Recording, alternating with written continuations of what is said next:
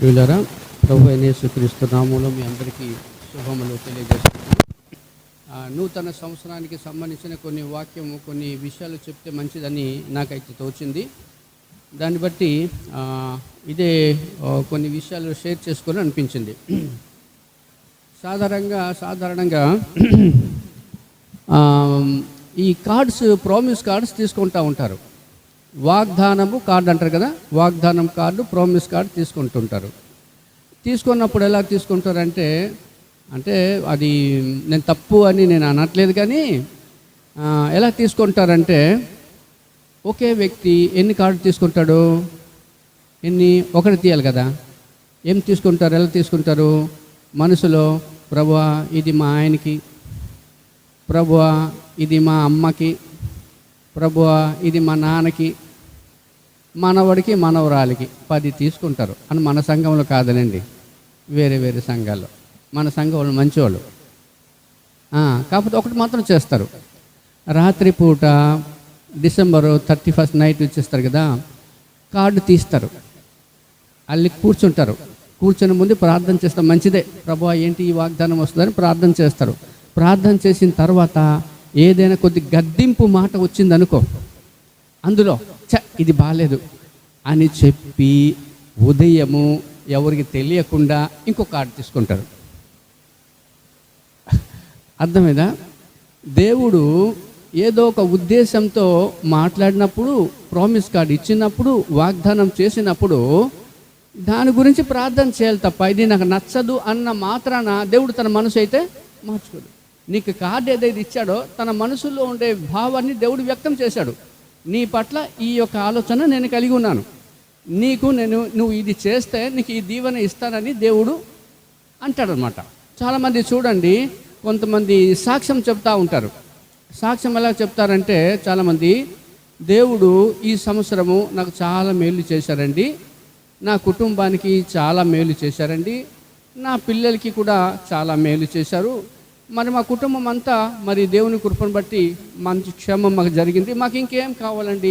తర్వాత ఇంకొక విషయం ఏంటంటే, నేను ఆత్మీయంగా చెప్పాలంటే ఒక నలుగురిని దేవుని మందిరాన్ని నడిపించానండి, వాళ్ళు నేను నడిపించాను చాలు, ఇక్కడికి వచ్చేసి ప్రభుని నమ్ముకున్నారు, వాళ్ళు స్థిరపడిపోయారండి, అంతకుమించి ఏం కావాలండి నాకు, నా కుటుంబం బ్లెస్ చేయబడింది, 4 ఆత్మల మందిరానికి తీసుకొచ్చానని కొంతమంది సంతోషిస్తూ ఉంటారు. కొంతమంది ఏం చేస్తారంటే, మరి పోయిన సంవత్సరం నాకు ఏది మేలు జరగలేదండి అని నిరుత్సాహంతో ఉంటారు. ఒక్క ఆత్మనైనా ప్రభువులోకి తీసుకురాలేదండి, మందిరానికి నేను నడిపించలేకపోయానండి, ఒక్క ఆత్మ నేను సంపాదించలేకపోయానండి, చాలా బాధపడతా ఉంటారు కదా. నేను చెప్పబోయే విషయం ఒక 3 విషయాలు చెప్తాను. దేవుని వాగ్దానం మన జీవితంలో నెరవేర్చబడాలంటే, దేవుని యొక్క బ్లెస్సింగ్స్, దేవుని యొక్క దీవెన మన జీవితంలో, మన కుటుంబ జీవితంలో, మన ఆత్మీయ జీవితంలో, సంఘ జీవితంలో మనం చూడాలంటే ఒక 3 విషయాలు. అవి మనం చేస్తూ ఉన్నాము, మనమందరం చేస్తూ ఉంటాము.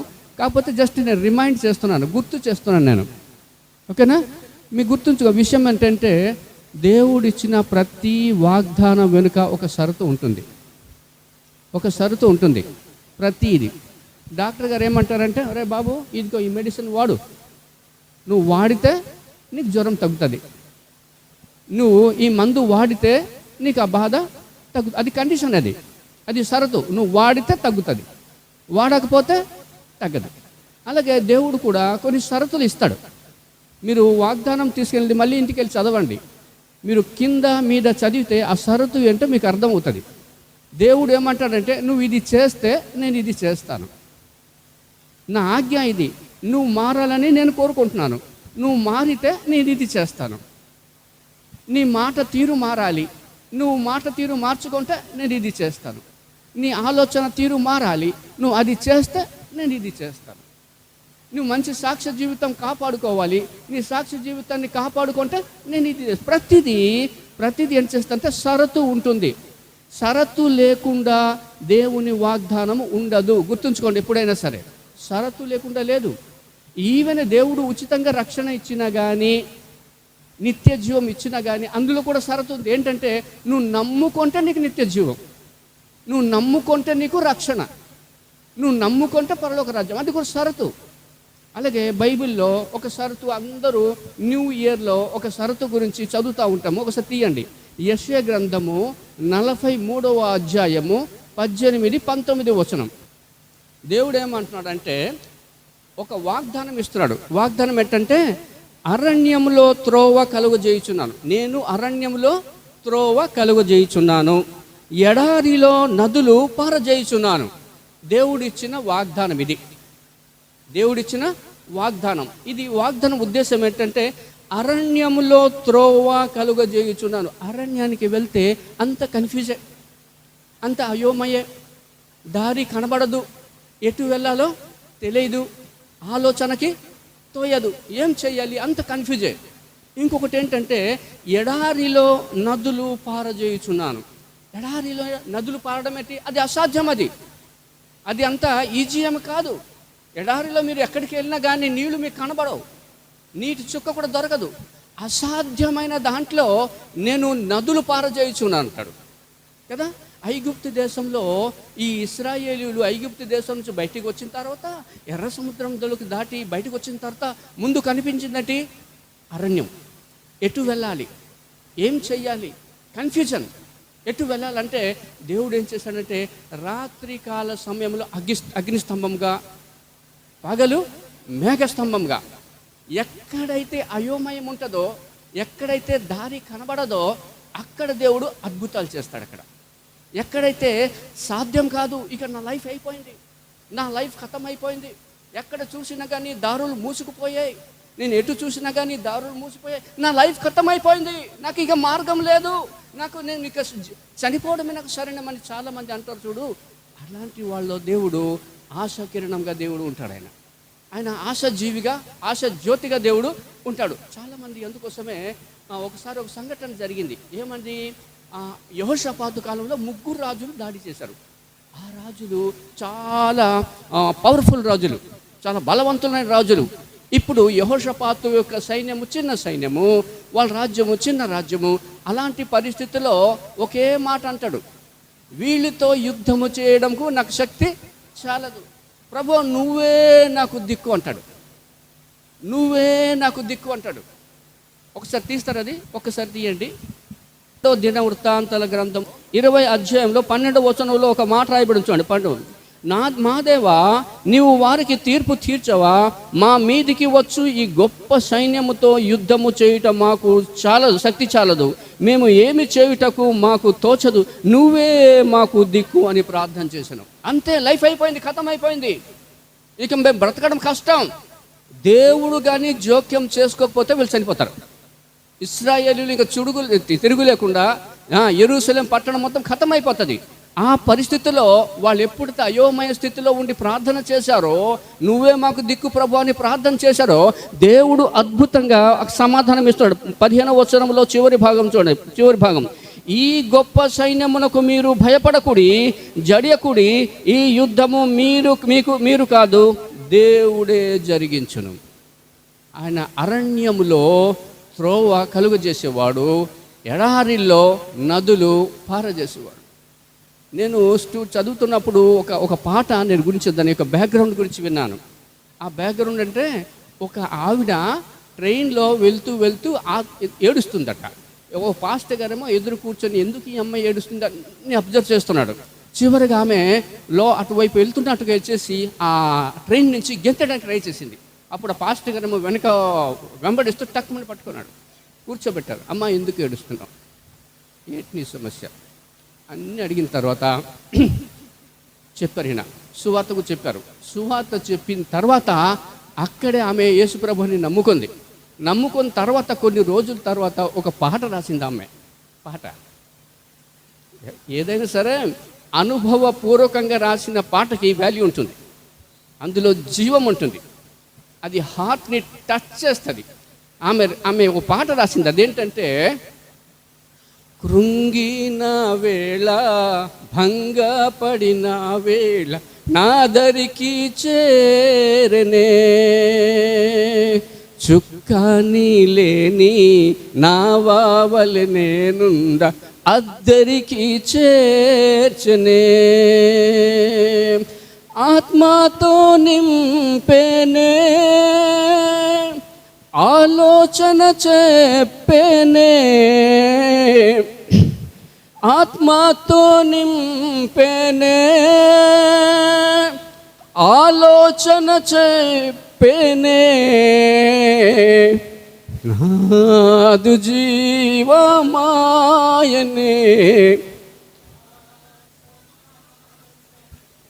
ఎటు ఆలోచన లేనప్పుడు,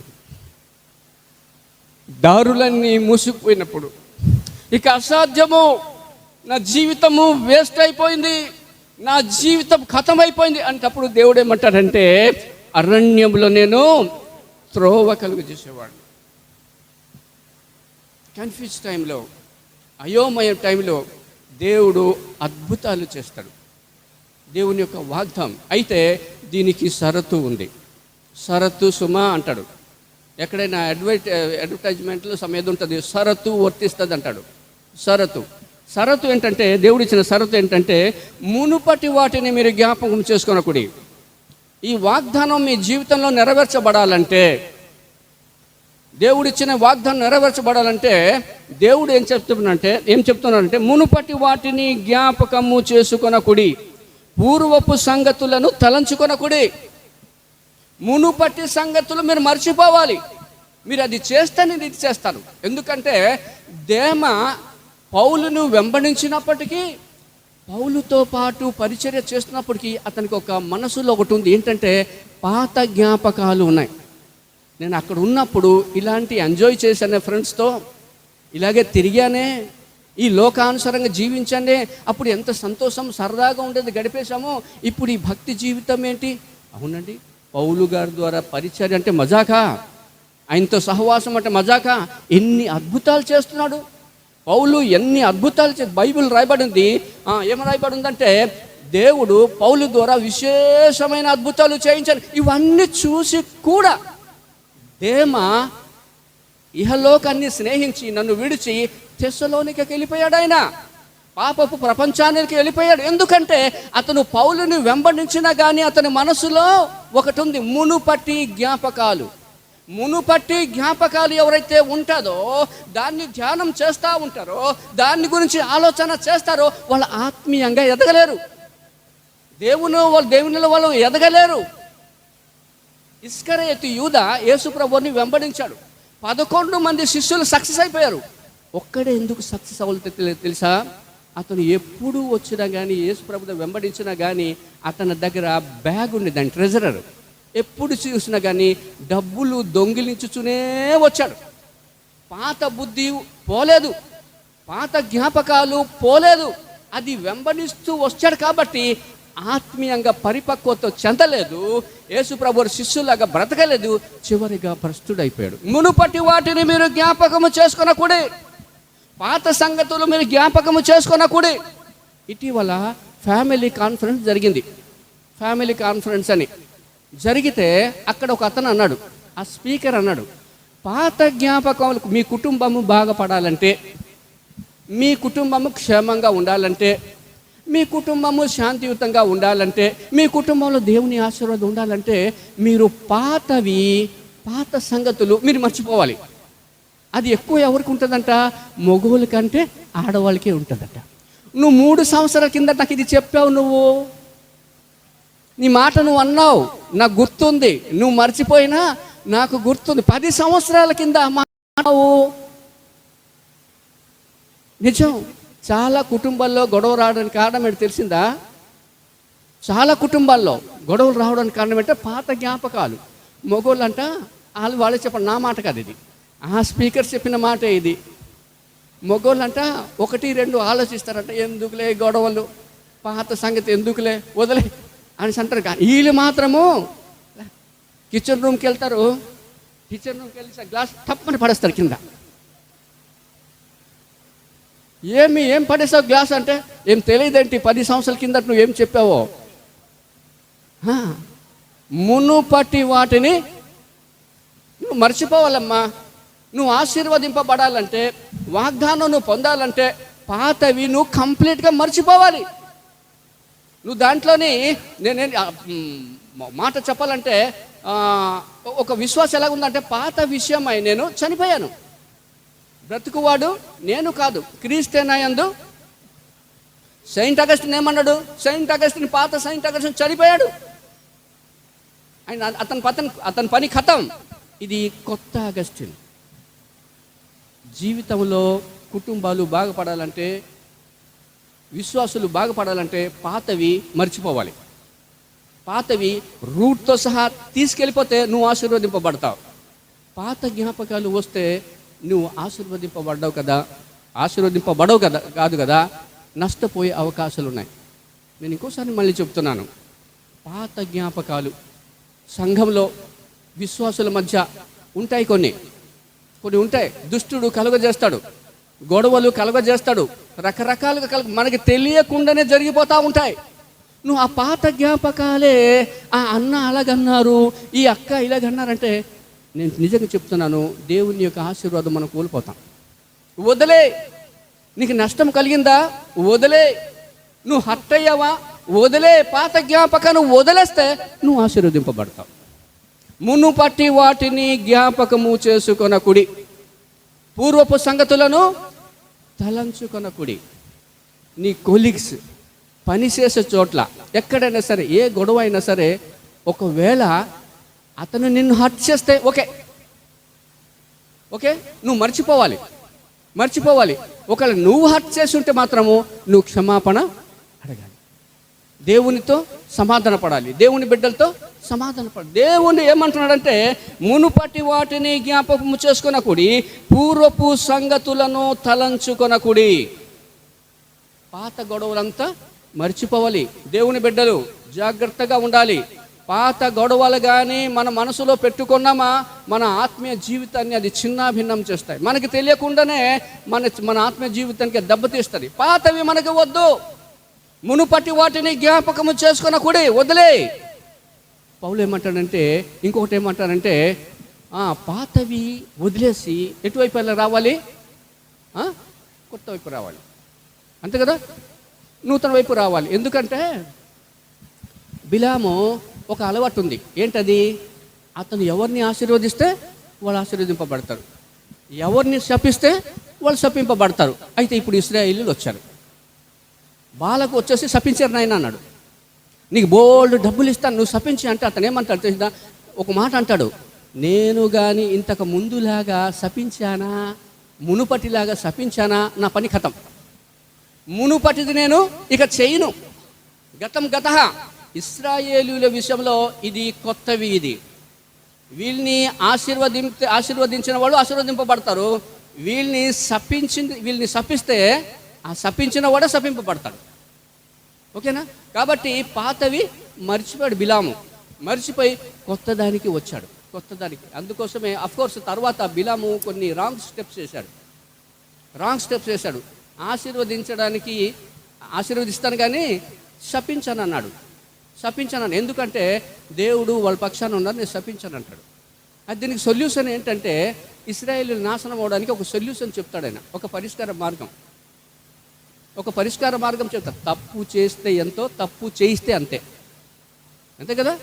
తప్పు చేసిన, ఇప్పుడు నక్సలైట్లు ఉంటారు, వాళ్ళని నక్సలైట్లు తప్పే, ఆ నక్సలైట్ని ఆశ్రయించిన వాళ్ళు కూడా తప్పే లేదా?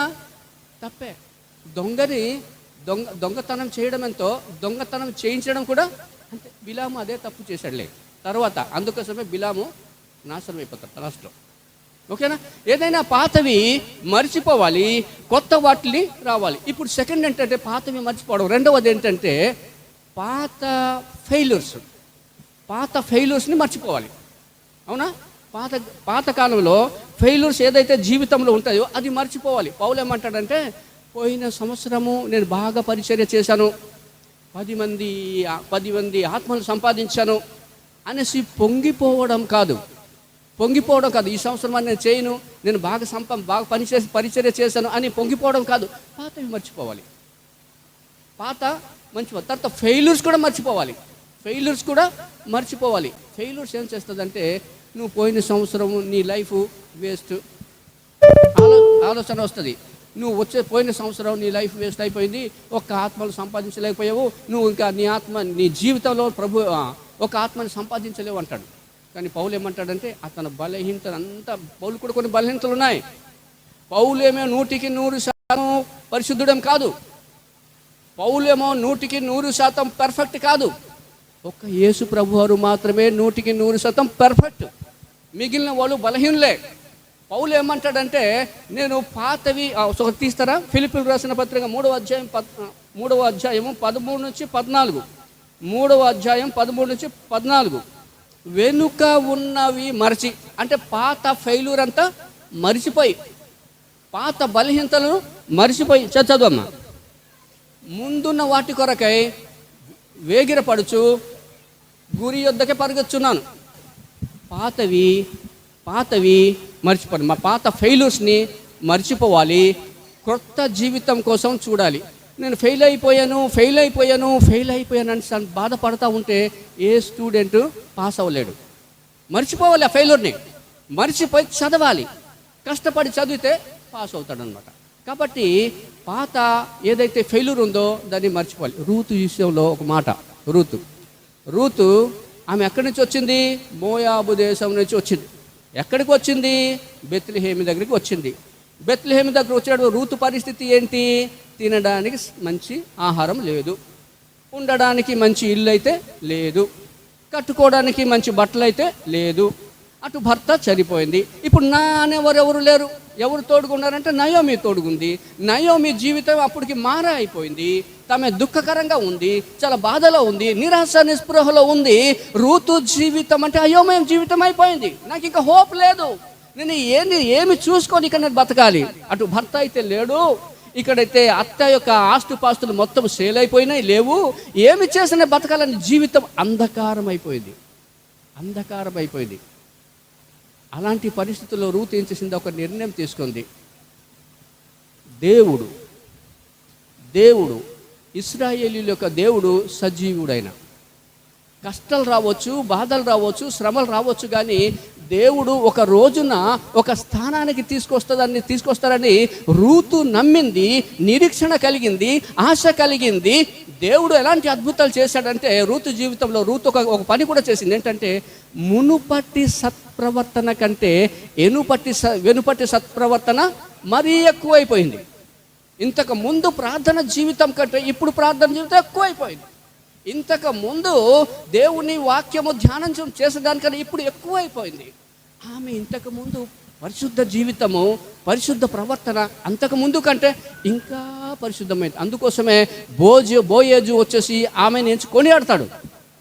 దేవుడు నీకు తప్పనిసరిగా ఈ బహుమానం నీకు దేవుడు ఇస్తాడని బోయేజు ఇప్పుడే చెప్తాడో అదే ప్రకారంగా, రూతు ఆశించిన ప్రకారంగా, రూతు నిరీక్షణ కలిగి ఉన్న దాని ప్రకారంగా దేవుడు అద్భుతంగా రూతుని దీవించాడు. ఆమె యేసుప్రభువుకి ముందస్తు తల్లి అయిపోయింది రూతు జీవితం. కాబట్టి పాత ఫెయిల్యూర్ని నువ్వు మర్చిపోవాలి, కొత్త లైఫ్లోకి రావాలి. ఒక దగ్గర మీకా ఏం రాస్తాడంటే 7వ అధ్యాయం 8వ వచనంలో రాయబడింది. ఏం రాస్తాడని తెలిసిందా? ఆయన చాలా డిప్రెషన్లోనే ఉంటూ రాస్తాడు. ఏమంటాడంటే, నా శత్రువా, అంటే అపవాదితో అంటాడు, సైతాన్తో అంటాడు, నా శత్రువా నా మీద అతిశయింపవద్దు. నేను పడిపోయానని నువ్వు అతిశయింపవద్దు, నేను కృంగిన స్థితిలో ఉన్నానని నువ్వు అతిశయింపవద్దు, నేను బాధలో ఉన్నానని నువ్వు అతిశయింపవద్దు. నా శత్రువా నా మీద అతిశయపడవద్దు. నేను క్రింద పడినను తిరిగి లేతును, నేను అంధకారమునందు కూర్చున్నను, యెహోవాకు వెలుగుగా నుండును. అది నిరీక్షణ. పాత ఫెయిల్యూర్స్ మర్చిపో అమ్మా.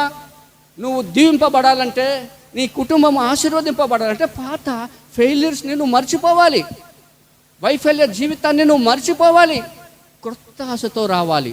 నాకు ఇది ఉంది, ఈ ఇబ్బందిలో ఉన్నాను, ఓకే రానివ్వండి, ఈ పరిస్థితి ఇక్కడ ఉన్నాను, కానీ ఒక రోజు వస్తుంది ఉన్నతమైన స్థానానికి నేను తీసుకెళ్తానని.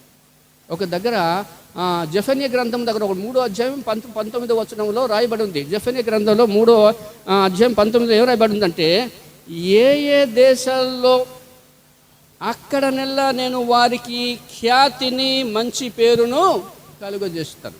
ఎక్కడెక్కడైతే పోయిన సంవత్సరం ఫెయిల్యూర్ అయిపోయావో, తల వంచావో, ఏడ్చావో, అవమానం పొందావో, ఈ సంవత్సరం ఏం చేస్తాడంటే నీ తల ఎత్తుతాడు, నీకు మంచి పేరు కలుగు చేస్తాడు, నీకు ఖ్యాతి కలుగు చేస్తాడు. ఎప్పుడు షరతు, కండిషన్, పాత ఫెయిల్యూర్స్ని మర్చిపోవాలి.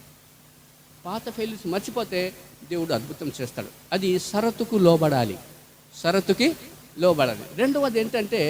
రెండవది మనం డిసెంబర్ 31 ఏం చేస్తారంటే పశ్చాత్తాపం అని అంటారు. పశ్చాత్తాప ప్రార్థన అని అంటారు. పశ్చాత్తాప ప్రార్థన రాత్రి ఆ డిసెంబర్ 31 12 గంటల ముందు చాలా చర్చల్లో ఏడుస్తారు, పశ్చాత్తాపడి ఏడుస్తారు.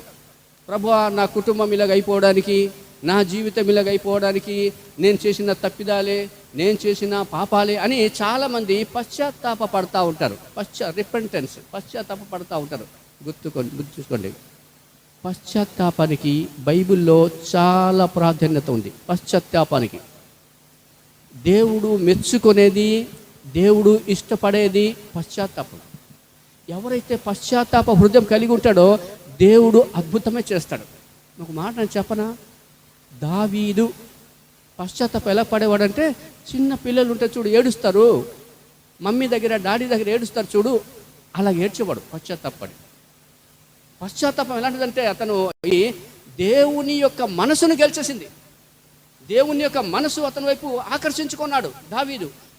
గొర్రెల కాపరైన దావీదు చక్రవర్తి అవడానికి కారణం ఏంటి తెలిసిందా? అతనిలో ఉండే పశ్చాత్తాప హృదయం. దేవుడు పశ్చాత్తాపాన్ని ప్రేమిస్తాడు, పశ్చాత్తాప హృదయాన్ని ప్రేమిస్తాడు దేవుడు. అందుకోసమే గొర్రెల కాపరైన దావీదును అతని పశ్చాత్తాప హృదయాన్ని చూసుకునే తప్పు చేయలేదా? తప్పు చేశాడు. మనలాగే తప్పులు చేయలేదా? చేశాడు. కానీ దేవుడు ఏమన్నాడు తెలిసిందా? నా హృదయానుసారుడు అన్నాడు. నా హృదయాన్ని ఎందుకు తెలిసిందా? అతనికి ఉండే పశ్చాత్తాప హృదయం. అది పశ్చాత్తాప హృదయం.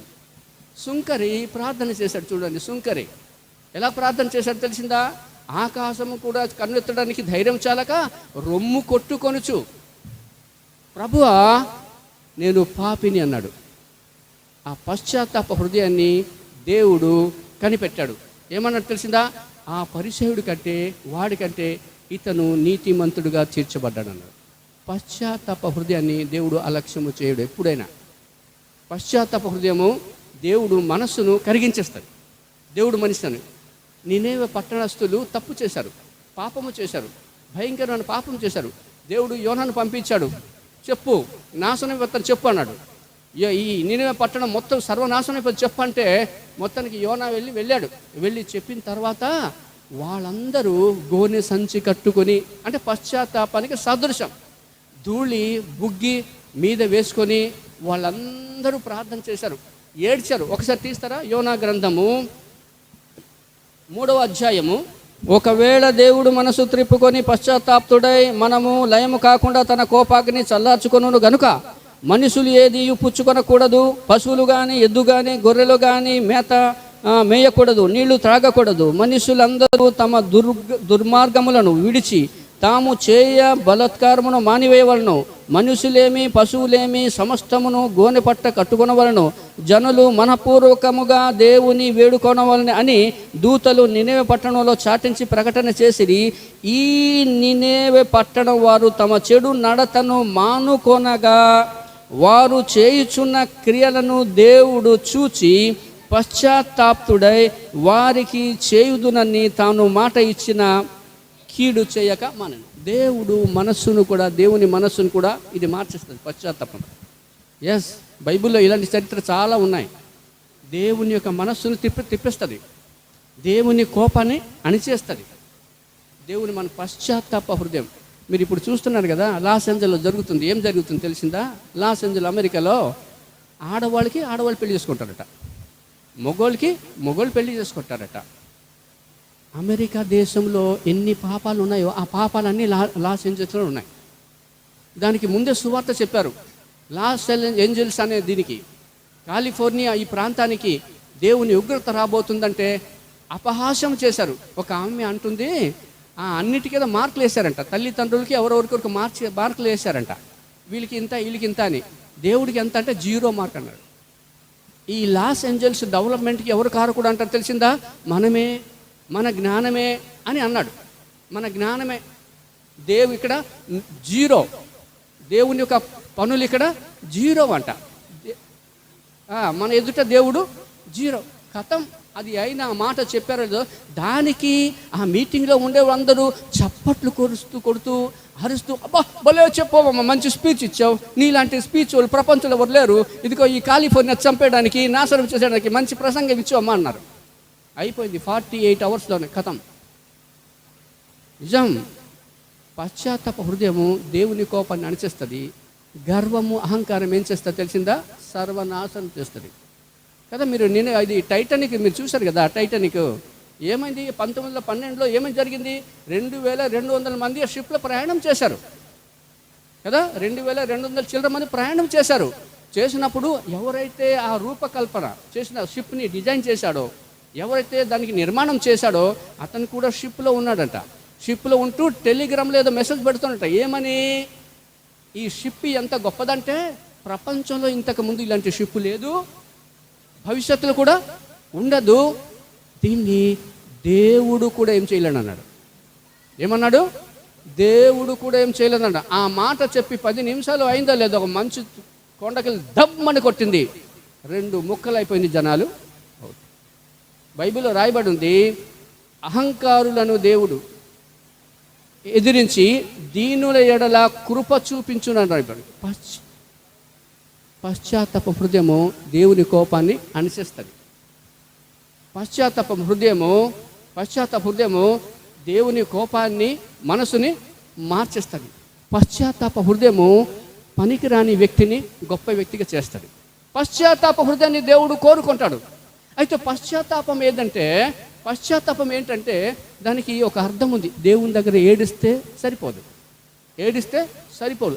అతిక్రమములను దాచిపెట్టక ఒప్పుకొని విడిచిపెట్టువాడు.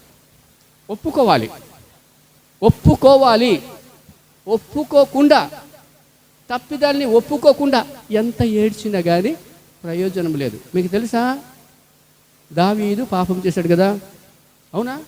పాపము చేసి ఆయన ప్రశాంతంగా ఉన్నాడు, ఏమీ తెలియకపోయినట్టు. ఒక పాస్టర్ గారు వెళ్ళారు, నాతన్ అని ఒక పాస్టర్ గారు, మన భాషలో పాస్టర్ గారు, ఒక ప్రవక్త వెళ్ళి ఒక స్టోరీ చెప్పాడు. స్టోరీ ఏంటంటే, ఒక ధనవంతుడు, అవన్నీ మీకు తెలిసిన విషయమే. ఆ పేదవాడు గొర్రెలు ఎంతో చక్కగా, ఎంతో ఆప్యాయంగా పెంచుకున్న ఆ గొర్రెని తీసుకొచ్చేసి వాళ్ళ బంధువులు వచ్చారని చంపేశాడు అయ్య గారు అని అంటాడు. అప్పుడు అతను ఏమంటాడు తెలిసిందా? దావీదు కోపము తెచ్చుకొని, రౌద్రము తెచ్చుకొని, పౌరుషము తెచ్చుకొని ఎవరు పని చేశాడు? నిశ్చయము ఆ మనిషి ఆ పని చేసిన వాడు మరణపాత్రుడు. నిశ్చయంగా అతను మరణపాత్రుడు. ఆ పని చేసినందుకు ఒక గొర్రె పిల్లకి బదులు 4 గొర్రె పిల్లలకి పేదవాడికి ఇవ్వాలన్నాడు. నాతోనే మాట తెలిసిందా? ఆ మనుషుడు నువ్వే. షాక్ అయిపోయాడు దావీదు, ఊహించలేకపోయాడు. చక్రవర్తికి వెళ్ళి ఒక పాస్టర్ గారు వెళ్ళి చెప్పడం అంత ఈజీయా? ఆ చక్రవర్తి వింటాడా? దావీదు అంటాడు తెలిసిందా? నేను పాపం చేశానంట. వండర్ఫుల్. ఎవరైతే తప్పుగా ఒప్పుకుంటాడో దేవుని యొక్క ఆశీర్వాదం పొందుతాడు. తప్పిదాన్ని కప్పిపుచ్చువాడు వర్ధిల్లడు. అతిక్రమాన్ని కప్పు పెట్టువాడు వర్ధిల్లడు. దాన్ని ఒప్పుకోవాలి. అందుకోసమే కీర్తన గ్రంథం తీకండి 51వ అధ్యాయంలో ఏడుస్తాడు. ఇవంతా జరిగిన తర్వాత ఏడుస్తాడు. చిన్న పిల్లోడు ఏడిచినట్టుగా ఏడుస్తాడు. 51వ అధ్యాయంలో, ఇలా తప్పు చేశాను ప్రభువా, పాపం చేశాను ప్రభువా, నన్ను క్షమించు ప్రభువా, నీ రక్తంతో నీ దీంట్లో తుడిచేయి ప్రభువా, నా రక్షణ ఆనందాన్ని తీసివేయద్దు ప్రభువా అని ఎంతో ఏడ్చాడు. బైబిల్లో రాయబడి ఉంది దావీదు గురించి.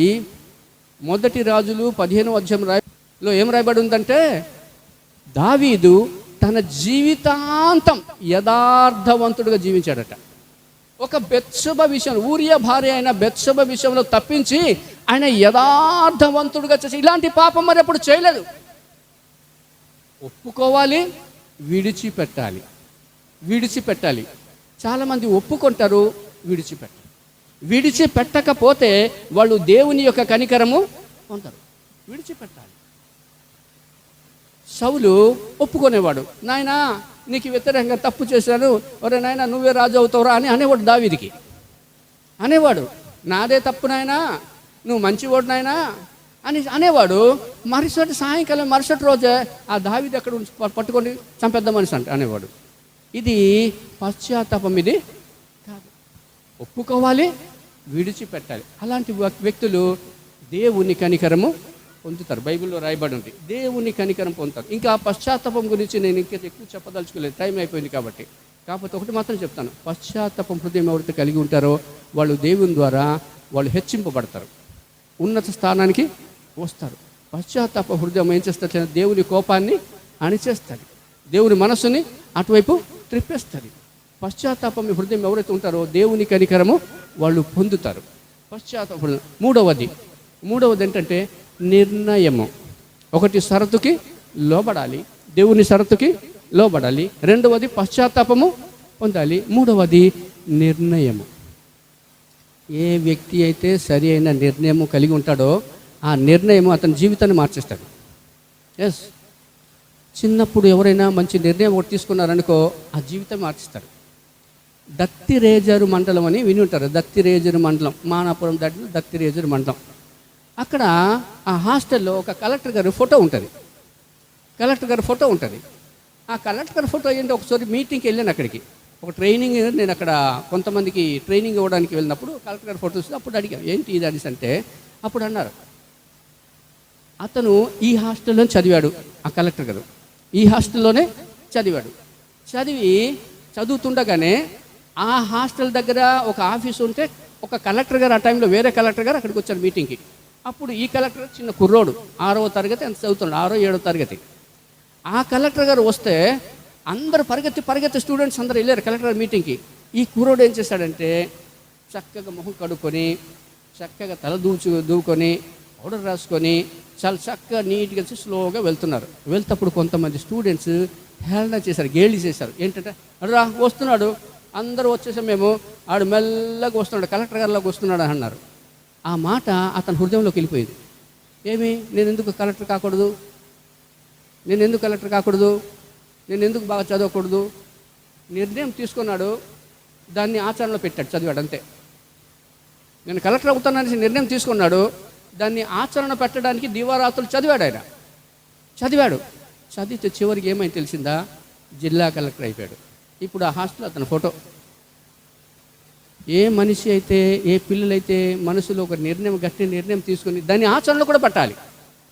నిర్ణయం తీసుకోవడం కాదు, జనవరి 1వ తారీఖున నిర్ణయం తీసుకోవడం కాదు, నిర్ణయం తీసుకుని 2వ తారీఖున మర్చిపోవడం కాదు, ఆచరణలో పెట్టాలి. అది ఆచరణలో పెట్టాలి.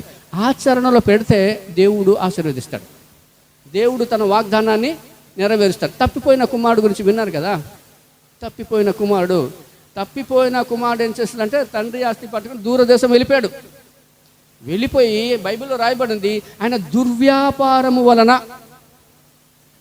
చెడు వ్యసనాల వలన, అది మీరు దుర్వ్యాపారం అంటే మీరు అర్థం చేసుకోండి, ఎలా డబ్బులు తీసుకెళ్ళేసి మొత్తం ఖర్చు పెట్టేశాడు. పని చేయడానికి కూడా వెళ్తే, బాబు పని చేయమంటే పందిలాగా ఉంటారు, నువ్వేం పని చేస్తావు పోరా అనేవారు. చివరికి ఏం పని దొరికింది తెలిసిందా? పందులు మేపే పని దొరికింది. ఆ పందులు మేపేవాడైనా డబ్బు ఫుడ్ పెట్టేవాడా? ఆడు పెట్టేవాడు కాదు. ఆ పందులు తినే పొట్టుతో తన కడుపును నింపుకోవడానికి ట్రై చేశాడు. బుద్ధి వచ్చినప్పుడు, ఎప్పుడైనా సరే నష్టం జరిగిందనుకో, ఎప్పుడైనా దేవుని పిల్లలకండి ఏదైనా నష్టం జరుగుతున్నప్పుడు ఖచ్చితంగా కొద్దిగా ఆలోచన చేయాలి. ఈ దుస్థితికి కారణం ఏంటి? నేనే కదా అనుకున్నాడు ఆయన. బుద్ధి వచ్చినప్పుడు నేను తప్పు చేశానని ఆయనకి తెలిసిపోయింది, అర్థమైంది. ఎవరికైనా సరే ఏదైనా జరగాలని నష్టం ఏదో జరిగిపోయినప్పుడు, ఏదైనప్పుడు బుద్ధి వచ్చినప్పుడు ఆలోచన చేయాలి, ఈ దుస్థితికి కారణము ఏంటి అని అనుకొని ఈ దుస్థితి నుంచి బయటపడాలంటే ఒక నిర్ణయం నేను తీసుకోవాలి. ఏంటని అనుకున్నాడు ఆయన, మా నాన్న దగ్గరికి నేను వెళ్తాను, వెళ్ళి పరలోకమున తండ్రికి నీకుని విరోధంగా పాపం చేశాను, నీ కూలివాణ్ణిలో ఒకటిగా నన్ను చేర్చుకో, నాన్న తప్పు చేస్తానని అనుకున్నాడు. దుస్థితిని గమనించాడు, నిర్ణయము తీసుకున్నాడు, దాన్ని ఆచరణలో పెట్టడానికి బయలుదేరాడు. థింక్ చేసి నిర్ణయం తీసుకొని ఊరుకొని పోలా, అక్కడ ఉండిపోలేదు. నిర్ణయం తీసుకున్న తర్వాత ఆచరణలో పెట్టాలి. దేవుని పిల్లలు జనవరి 1వ తారీఖున నువ్వు అనుకున్నావు కదా, నేను ఈ నిర్ణయం తీసుకుంటాను, ఆ నిర్ణయం తీసుకుంటాను, ఇలా జీవిస్తాను, అలా జీవిస్తాను కూడా, దాన్ని ఆచరణ పెట్టాలి. ఈ కుర్రోడు ఏం చేశాడు? నాన్న దగ్గరికి వెళ్ళాడు. నాన్న దగ్గరికి వెళ్ళి ఇంకా నాన్నని కలవలేదు, నాన్నని కలవలేదు. కానీ అతను అనుకున్నది, ఏ నిర్ణయం తీసుకున్నాడో ఆచరణలో పెట్టడానికి బయలుదేరాడో దాన్ని దేవుడు అండర్లైన్ చేశాడు. ఆచరణలో పెట్టాలి. దేవుని పిల్లలు నిర్ణయం తీసుకున్నది అది ఆచరణలో పెట్టాలి. నిర్ణయం తీసుకొని ఉండిపోతే కుదరదు. ఎప్పుడైతే నిర్ణయం తీసుకొని ఆచరణలో పెట్టాడో ఇంకా వెళ్ళక ముందే, వాళ్ళ ఇంటి గేట్ దగ్గరికి వెళ్ళక ముందే తండ్రి పరిగెత్తుకొని వచ్చాడు. అర్థమైందా? ఆచరణలో పెడితే దేవుని యొక్క రెస్పాన్స్ అలాగుంటుంది. అడక్క ముందే ఈ క్షమాపణ అడక్క ముందే దేవుడు ముందు రెస్పాండ్ అయిపోయాడు. ఎందుకు? నువ్వు తీసుకున్న నిర్ణయాన్ని ఆచరణలో పెట్టావు. నేను కలెక్టర్ అవుతాను, లేదా టీచర్ అవుతాను, లెక్చర్ అవుతాను, డాక్టర్ అవుతానని నిర్ణయం తీసుకోవడం మంచిదే. దాన్ని ఆచరణ పెట్టాలంటే దానికి తగినట్లుగా చదవాలి. ఆచరణలో పెడితే దేవుడు దాన్ని బ్లెస్ చేస్తాడు. దేవుడు అంతే. ఆచరణలో పెట్టాడు. నాన్న దగ్గరికి వెళ్ళడానికి ఆచరణలో పెట్టాడు, బయలుదేరాడు. నాన్న దగ్గరికి వచ్చిన వెంటనే తండ్రి ఏం చేస్తున్నాడు? పరిగెత్తుకెళ్ళి కౌగులించుకున్నాడు. ఒరేయ్, ఇతనికి స్నానం చేయండిరా, ఒరేయ్ ఇతను మంచి బట్టలు వేయండిరా, ఒరేయ్ ఇతనికి ఉంగరం, నా వారసుడని ఉంగరం వేయండిరా అని అన్నాడు. అంతే. దేవుని యొక్క కార్యం అలాగుంటుంది. ఆచరణలో పెట్టాలి. దేవుని పిల్లలు ఆచరణలో పెట్టాలి. చాలామంది నేను ముగించేస్తారు 5 నిమిషాల్లో. చాలామంది ఆచరణలో పెట్టడానికి లేకపోతే కొన్ని నిర్ణయాలు తీసుకుంటారు. ఏమని తెలుసా? నూతన సంవత్సరంలో, ప్రభువా పోయిన సంవత్సరం వదిలే ప్రభువా, ఈ సంవత్సరము నీతో మంచి సహవాసం కలిగి ఉండాలి ప్రభు అంటారు. ఏంటది? మంచి సహవాసం. ఎలాగ మంచి సహవాసం కలిగి ఉంటారు? దేవుని దగ్గర ప్రార్థన చేయడం, దేవుని వాక్యాన్ని ధ్యానం చేయడం, దేవుని దగ్గర సహవాసం కలిగి ఉండడం. ఇదే దేవుని యొక్క, నేను బిజీగా ఉన్నాను, నాకు ప్రార్థన చేయడానికి టైం లేదు, నాకు వాక్య ధ్యానం చదవడానికి టైం లేదు అని అనుకుంటావా? నువ్వు దేవుని దగ్గర సహవాసాన్ని నువ్వు కోల్పోతావు. దావీదు హెచ్చింపబడ్డానికి దేవుని వాక్యానికి ఎంత ప్రయారిటీ ఇచ్చేవాడు. దానియేలు హెచ్చింపబడ్డానికి దేవుని దగ్గర ఎంత ప్రయారిటీ ఇచ్చేవాడు. దేవుని వాక్యం ధ్యానించడానికైనా, దేవుని సన్నిధిలో ప్రార్థన చేయడానికైనా వాళ్ళు దేవునికి ఇవ్వాల్సిన టైం ఇచ్చేసేవారు. చాలామంది ఏం చేస్తారంటే, కొత్త సంవత్సరంలో ప్రభువా నేను ఈ సంవత్సరం ఇలా చదువుతాను ప్రభు బైబిలు, ప్రభువా ఇలా ప్రార్థన చేయాలి. నేను ఒక మాట చెప్తున్నాను, అందరికీ రిక్వెస్ట్ చేసి చెప్తున్నాను. కొత్త వాళ్ళైనా పాత వాళ్ళైనా ఎవరైనా నువ్వు ఆత్మీయంగా నువ్వు బలపడాలంటే, దేవునితో నీ రిలేషన్షిప్ కానీ బిల్డప్ చేసుకోవాలంటే, సంబంధాన్ని దేవునితో పెంపొందించుకోవాలంటే, నువ్వు ఎర్లీ మార్నింగ్ లేచిన వెంటనే నీ మోకాళ్ళు దేవుని దగ్గరికి వెళ్ళిపోవాలి, బైబిల్ పట్టుకోవాలి. నువ్వు 10 నిమిషాలు చదువు. నువ్వు ఒకేసారి అరగంట గంట, నువ్వు కొత్త కదా, అలవాట్లేదు కదా, నువ్వు 1-2 గంటలు చేయాలంటే నీకు కొంత సీనియరిటీ రావాలి. కొత్త వాళ్ళు కనీసం ఒక 10 నిమిషాలు ప్రార్థన చేయాలి. దేని గురించి ప్రార్థన చేయాలి అనేసి నీకు మనసులు రావచ్చు. దేని గురించి ప్రార్థన చేయాలంటే ఒకటే మాట, ఈ సంఘం గురించి ప్రార్థన చేయి, ఈ సంఘంలో ఉండే కుటుంబాల గురించి ప్రార్థన చేయి, ఈ సంఘం చేస్తే పరిచర్య గురించి ప్రార్థన చేయి, ఈ సంఘం యొక్క సేవకుడి గురించి ప్రార్థన చేయి. నీకు తెలిసిన వాళ్ళ గురించి ప్రార్థన చేస్తే 10 నిమిషాలు అయిపోతాయి. నువ్వు ఎంత ప్రార్థన చేస్తే, వాక్యం చదివితే దేవుడు నిన్నంత సంబంధం వస్తుంది. ఎవరితో రిలేషన్ పెట్టుకోవాలి? దేవునితో ఫెలోషిప్ ఉండాలి, రిలేషన్షిప్. అలాగే సంఘంలో కూడా ఉండాలి. అమ్మ గుర్తుంచుకోండి, ముగించుస్తున్నాను. సంఘంలో కూడా సంబంధం ఉండాలి. సంఘం కొంతమంది ఏమంటారంటే, చర్చికి వెళ్తేనే దేవుడు మన ప్రార్థన వింటాడా, సంఘానికి వెళ్తేనే వింటాడా, మేము ఇంట్లో ఉండి బైబిల్ చదువుకుంటే అవ్వదా, ఇంట్లో ఉండే ప్రార్థన చేస్తే అవ్వదా? నో, అవ్వదు. దానికంటే బ్లెస్సింగ్ సంఘంలోనూ అంటబడి ఉంటే ఏమవుతుందో తెలిసిందా? దుష్టుడు నీ మీద అటాక్ చేయలేడు. సంఘానికి వెలుపల నువ్వు సింగిల్గా ఉన్నావు అనుకో, దుష్టుడు ఈజీగా నీ మీద అటాక్ చేస్తాడు. నువ్వు సంఘంలో ఉంటే నువ్వు ఆత్మీయంగా పడిపోయిన తిరిగి టక్కుమని లేస్తావు. సంఘము బయట ఉన్నావు అనుకో, సింగిల్గా ఉన్నావు అనుకో, ఆత్మీయంగా చల్లారిపోతావు. ఇంకో మాట చెప్తాను, నువ్వు ఎంత ఆత్మీయుడైనా, ఎంత ప్రార్థన పరుడైనా, ఎంత వాక్యము ధ్యానం చేసినా కానీ చర్చితో కానీ అటాచ్మెంట్ లేకుండా, సంఘ బిడ్డలతో అటాచ్మెంట్ లేకుండా నువ్వు ఒంటరిగా ఉంటే ఎంత గొప్ప వ్యక్తి అయినా సరే రాను రాను రాను రాను చల్లారిపోతావు. మీకు ఇదే సాదృశ్యం. మీకు ఇంకా ఉదాహరణ చెప్పాలంటే, ఒక కట్టెల పొయ్యి ఉందనుకోండి. ఇప్పుడు అంటే గ్యాస్లు, కానీ ఇంతకుముందు కట్టెల పొయ్యి ఉండేవాడు. అక్కడ 3-4 కర్రలు పొయ్యిలో పెట్టి ఫూ అంటే ఊరితే మంట వస్తుందా లేదా? నువ్వు పనికిరాని కర్రలైనా సరే 4-5 కానీ నువ్వు పెట్టావనుకో, ఒకటి ఆరిపోతూ ఉంటే ఒకటి వెలిగిస్తూ ఉంటుంది. అవునా కదా? ఒకటి ఆరిపోతూ ఉంటే ఇంకొకటి వెలిగిస్తూ ఉంటుంది. నువ్వు ఎంత మంచి కర్ర అయినా సరే ఒకటే పెట్టావనుకో, అది వెలిగి వెలిగి వెలిగి ఆరిపోద్ది. అంతే విశ్వాసులు కూడా. సంఘానికి దూరంగా ఉండకూడదు, సహవాసానికి దూరంగా ఉండకూడదు. నువ్వు సహవాసంలో ఉంటే దుష్టుడి యొక్క అటాక్ అంతగా పనిచేయదు. నువ్వు సహవాసంలో ఉంటే నువ్వు చల్లారిపోతూ ఉంటే నిన్ను వేడి చేస్తూ ఉంటుంది మంట సహవాసంలో. అంతేకాకుండా సంఘం యొక్క ప్రార్థన సపోర్ట్ నీకు ఉంటుంది. ప్రార్థన సపోర్ట్ లేకుండా నువ్వు ఆత్మీయంగా ఎదగలేవు. దేవుని పిల్లలు గమనించండి, సహవాసం కలిగి ఉండాలి. ఈ సంవత్సరము నూతనంగా ఈ సంవత్సరంలో అనుకోవాలి. కొత్త వాళ్ళైనా పాత వాళ్ళైనా, ప్రభువా ఈ సంవత్సరం నీతో మంచి సహవాసం కలిగి ఉంటాను, అలాగే సంఘంతో మంచి సహవాసం కలిగి ఉంటాను అని అనుకోవాలి. ఇలా అనుకుంటే దేవుడు అద్భుతంగా, మా టైం నాకు లేదు, టైం అయిపోయింది, 1:10 అయిపోయింది. సో చాలా విషయాలు ఉన్నాయి కానీ టైం ఇంతకైతే క్లోజ్ చేస్తాను. గుర్తుంచుకోండి, ఆశీర్వాదం పొందాలంటే, దేవుని యొక్క వాగ్దానం మన జీవితంలో నెరవేర్చబడాలంటే ఒకటి ఏంటంటే, దేవుడు పెట్టిన షరతుకి వాటిని మర్చిపోవాలి. పాత సంగతుల్ని మరి తలంచవద్దు, వదిలే చేస్తే దేవుడు ఏం చేస్తారంటే అరణ్యములో త్రోవను కలుగజేస్తాడు, ఎడారిలో నదులు పారజేస్తాడు దేవుడు. షరతుకి లోబడాలి. రెండవది పశ్చాత్తాప హృదయం కలిగి ఉండాలి. పశ్చాత్తాప హృదయం కలిగి ఉంటే దేవుని యొక్క ఆశీర్వాదం అలాగుంటుంది. మూడవది సరి అయిన టైంలో సరి అయిన నిర్ణయం తీసుకోవాలి.